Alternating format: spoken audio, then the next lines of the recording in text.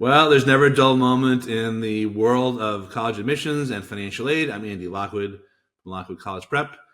Today, I wanted to talk to you about the most recent job cuts at the Department of Education. Something like 1,300 jobs in addition to the 600 or 700 people who took a voluntary early retirement.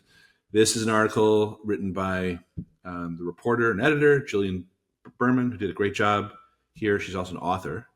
And the gist of this is that with all these job cuts, there's a lot of uncertainty about how everything is going to work in terms of getting money to families who qualify for federal aid. Now, there's two types of federal aid. There's free money, grants. That's generally for super low income families who have a low student aid index, which is basically a low income. And also loans, which could mean student loans. If you fill out a FAFSA, the free application for federal student aid, you automatically get, as a freshman in college, $5,500 as a direct loan, direct unsubsidized loan.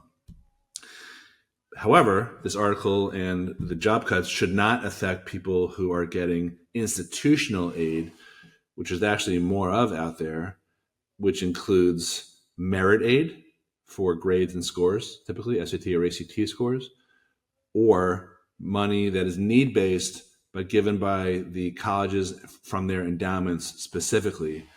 And usually, not always, usually those colleges require a separate financial aid application, which has nothing to do with the government. It's called the CSS profiles from the College Board. And people who have that type of aid, whether it's merit aid or institutional need-based aid, should not be affected in any way by this latest development. But back to the development. So what's going to happen? Of course, I don't know. But it seems pretty obvious that there's going to be a disruption. So, for example, if you filed your FAFSA and then you figured out that you'd made a mistake on it, we see a lot of people do that when they handle the financial aid applications themselves, and then they went back to correct it and then resubmitted their FAFSA. That could take a long time to process. Even before these job cuts, things took a really, really long time. Even after, by the way, the Department of Education revamped its entire platform, its programming, which was updated from something that was around 50 years ago. I think it was Cobalt. But that was a disaster 2 years ago. This past year seemed to be fine. So there was an improvement in efficiency. And now, with this huge amount of job cuts, it's very unclear what's going to happen. So my advice for everyone is to hang on, don't panic.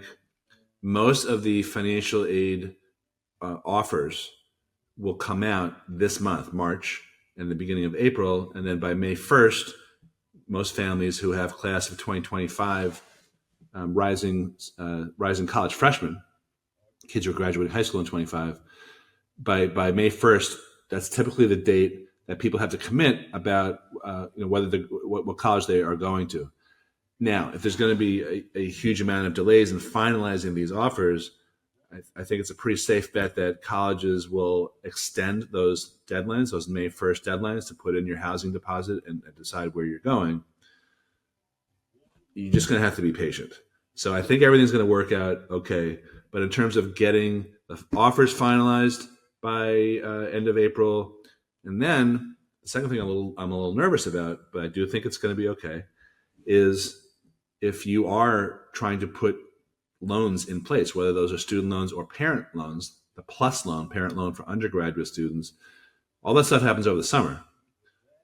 Now there could be a few hiccups and delays. I believe colleges will have no choice but to extend those deadlines and play ball with helping kids get enrolled, because typically you can't enroll in college unless you paid up the first semester. So things could get a little dicey, but it's still too early to tell. Hang on. It's going to be a bumpy ride, but hopefully things will work out, because I don't think there's been any talk about changing the eligibility requirements for people who qualify for the parent loan or the student loans. There have been talks about changing the requirements for student loan forgiveness for people who have already borrowed loans, such as shrinking the definition of public servant. But that is a totally different story, and we don't have any answers on that yet either. But things develop all the time. So if you want more information, follow us on social, wherever you're watching this. And also check out our website, lockwoodcollegeprep.com, because you can, once you get on our email list there, then you will get updates on all these developments, plus informative webinars that we are running to keep up with all the latest changes. And like I said, there's never a dull moment. I thought the big news the other day was that the latest digital SAT rollout was a disaster, which is true. But and there's potential problems with the ACT digital test as well. But since then, we have bigger fish to fry, I guess. So, like I said, it's going to be a bumpy ride, but I think it's going to work out okay. I'm Andy Lockwood, Lockwood College Prep. Thanks for watching. Please follow us to get these updates, and I'll talk to you soon. Bye-bye.